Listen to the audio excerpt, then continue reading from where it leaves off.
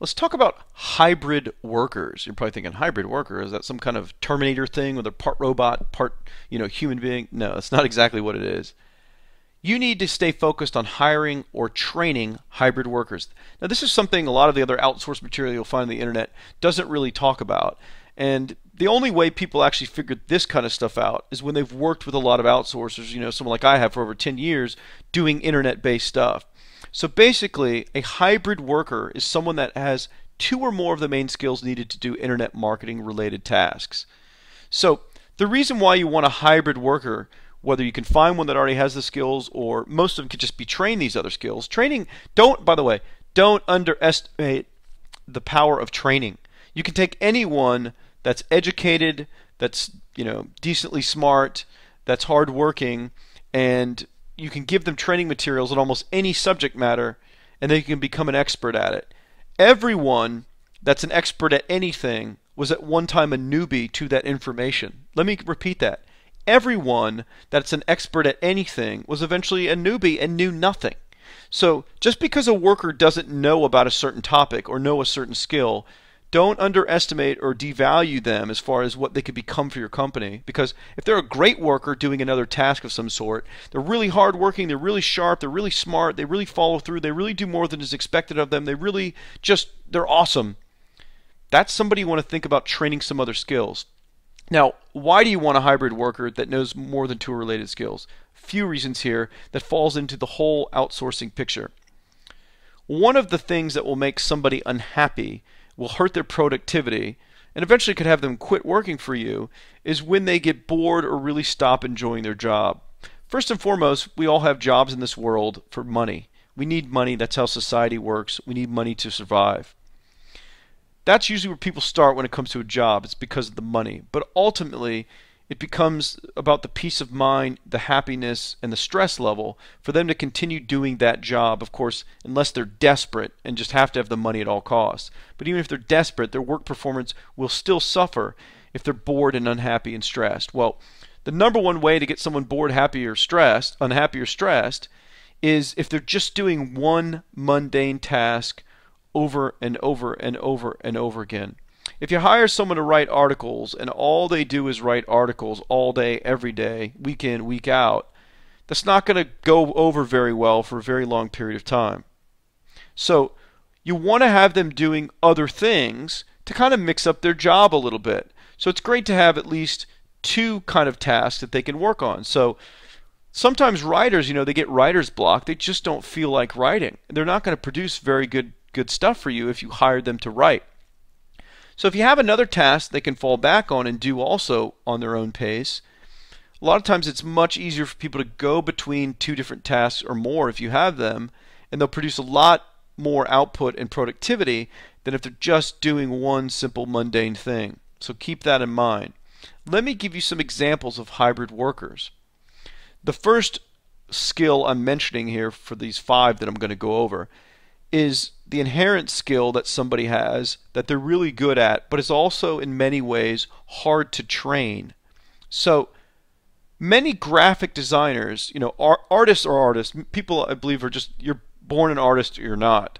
And so the really good graphic designers are artists. You can't really just learn to become an artist. You can get some training, but you almost just have to have it from birth and in your genetics. Well, a lot of graphic designers are also webmasters, because a lot of graphic designers had to learn how to turn their designs into HTML. And in the process of turning their designs into HTML, they also had to learn how to upload that HTML onto a web server so they could see their designs and so their client site would work. Because of this, many graphic designers accumulated the skills that setting up a web server and doing some technical things to get a website online contains. Now, not all graphic designers are webmasters. Not all of them know how to do coding and FTP and setting up servers, but a lot of them do.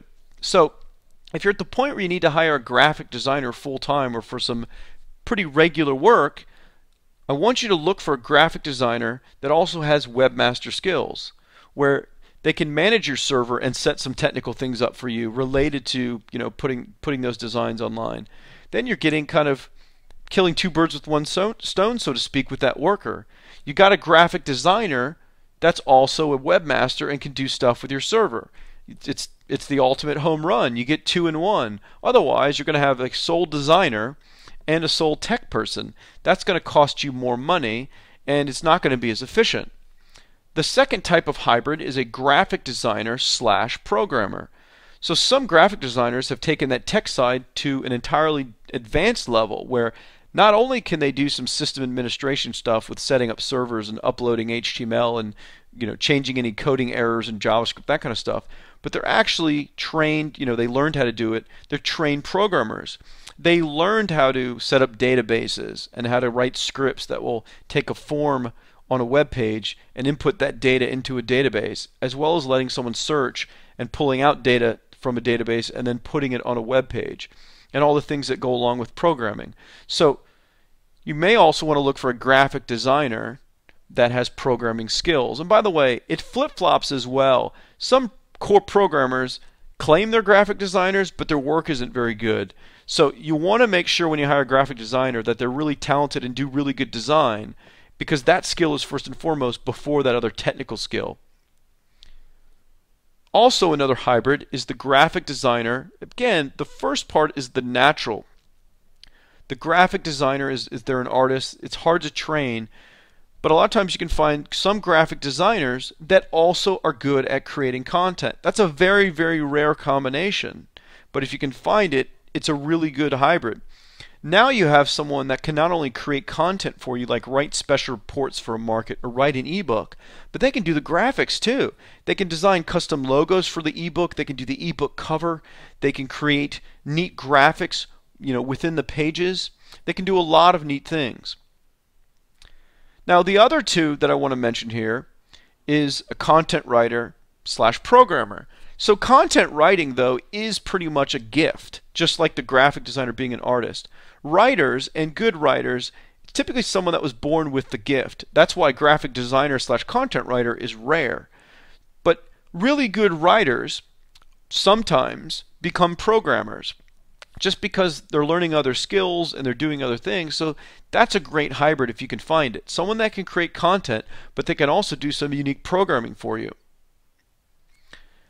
And then lastly, if you can find someone that can write content, but is also a good copywriter, where they know how to write persuasive words and other types of words and phrases that can sell stuff, which can be pretty common because a lot of good writers learn to write that type of copy, things that will sell, things that will get people to take action, those types of things. So that's a powerful hybrid worker to have. So if you hire a graphic designer or a content writer, the things on the right-hand side of these hybrid, this hybrid list of skills can be learned. The exception is that middle one, the graphic designer slash content writer. You can teach someone kind of how to write, but if they're not naturally a decent writer, it's going to be very, very hard to get them to produce good stuff. Just like you can teach someone how to use Photoshop, but you can't really teach them how to be artistic. But the other four there, the graphic designer, webmaster, graphic designer, programmer, content writer, copywriter, all the skills on the right-hand side can be learned. So that you can train them to do that. So if you want to have a copywriter working within your company, it would be great if you eventually had one to write email copy and even do some sales letters to sell some stuff. Find a really good writer that you've built good rapport with, that's a really hard worker, that's smart, that's sharp, that's polite, that you trust. Someone that is really, really motivated about working for you, that really expresses they'd love to work with you and work for you for many, many years. You'll get a lot of outsourcers say that. That you've been giving bonuses and everything else. They're like, hey, I'm so happy what you've done for my family. We could never forget what you're doing for us. You'll get it. You'll get the people that you're building loyalty with. Well, when it comes to a person like that, invest in their training. Buy some copywriting courses and tell them to start studying them and learning how to write copy. Learn how to write, good AdWords copy, sales letter, persuasive emails. And that will become probably the best hybrid type of worker you have in your whole business when it comes to internet stuff. So keep that in mind. But all those right-hand things can be learned. You can take your graphic designer and get him to know how to do HTML and get him to know how to add it to the server and how to kind of debug that stuff if there's a problem. Teaching them programming can also be done. Have them start studying some basic functions of PHP or JavaScript and learning the basics, and they can add more and more skills as they go on. Now, if you have a lot of programming needs, it's a lot easier just to hire a dedicated programmer than it is to train a graphic designer. But I just want to show you what's possible in creating these hybrid workers that can have multiple skills for you. So that's what I want you to keep in mind. A hybrid worker is better than someone that can only do one task. And you can either find someone that already has the skills or train them in-house once they're already working for you. And there are pros and cons, as I just explained, and advantages to both.